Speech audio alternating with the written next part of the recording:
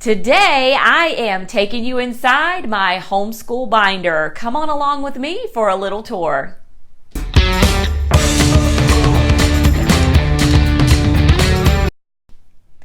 Hi everyone, I'm Pam Barnhill and I help homeschool moms find peace and flexibility in homeschool planning. Now, if you don't think those things go with homeschool planning, think again. I'm here to show you that they do. So if you like planning videos, be sure to hit the little bell or the subscribe button to get notified every time we have another video go live.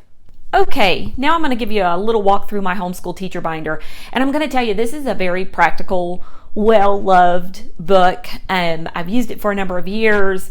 I refresh it every year. I don't always keep it perfectly up to date. I'll show you what I mean by that in a minute. But this binder is faded and it's definitely well-loved. So I like to keep my attendance record in the very front, just because I like to pull it out, mark it, and stick it back in here. So I don't keep it deep within the binder or anything. I just keep it in the very front of the binder. And you can see I still have the old Plan Your Year cover in here. I haven't seen the need to print a new one. So there it is.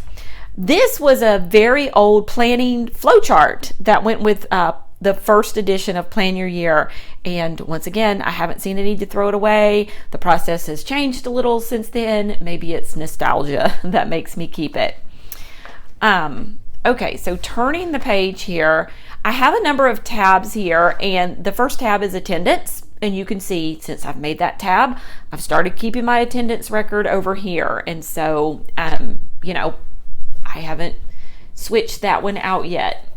This next section, though, is calendars and schedules. And this is my calendar printable for Plan Your Year and Autopilot. I did this on my iPad, and so this was all done, written with an Apple Pencil, and then I printed it out, which is why it has that black box, because I didn't use Adobe Acrobat to print it out.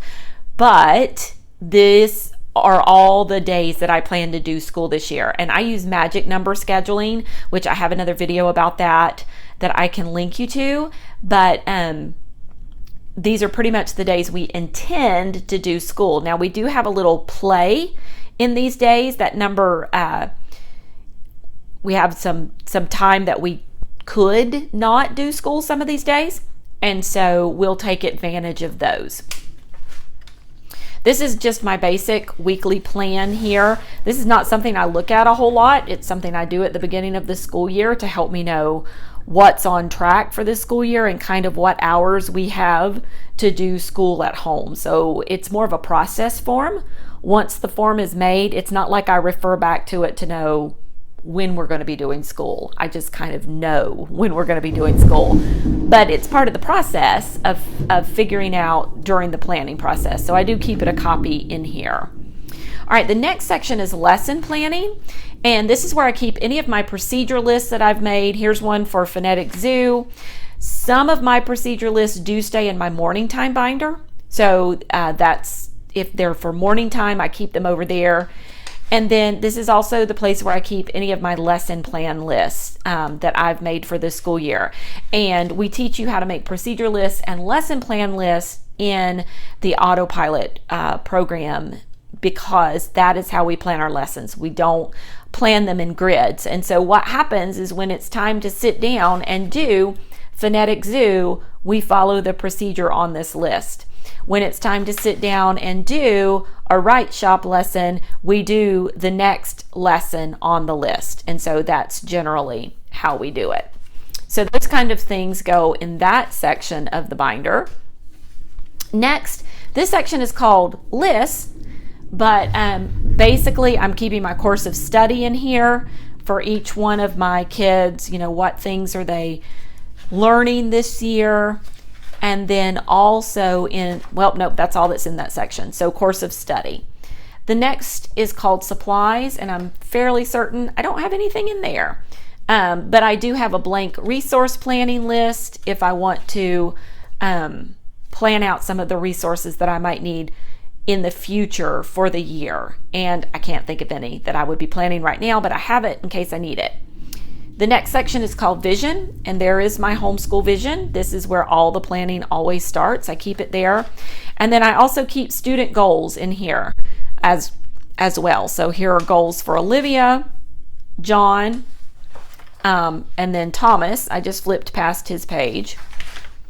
And then here are the worksheets, the process worksheets that I used to get to those goals. And these change every year, and they can also change from year to year as well. Like within the year, from semester to semester, I might change up some of their goals. Okay, next is the resource section. In here, this is my legal paperwork for homeschooling. I have a copy of that in there in case I'm ever called to produce it. And then for the very first time ever, I have a diploma requirement checklist in there. So this is for my cover school in Alabama. We homeschool under a cover school, and this is their diploma requirement checklist. And I have this in here just to keep this in mind as I'm planning out high school and we're doing high school classes, so I can kind of keep track.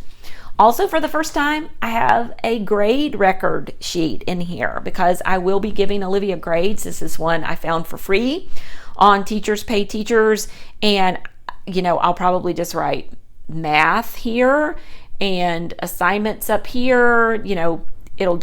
I won't even use it like a traditional grade record. It'll just be a place where I kind of keep track of the grades because I don't have 26 students. So I'll probably divide it up into sections and use this section for math and this section for something else. And then there will be some subjects where I don't even keep a very detailed grade record. I'll just measure progress over time, and then when I have to translate that into a letter grade, I will.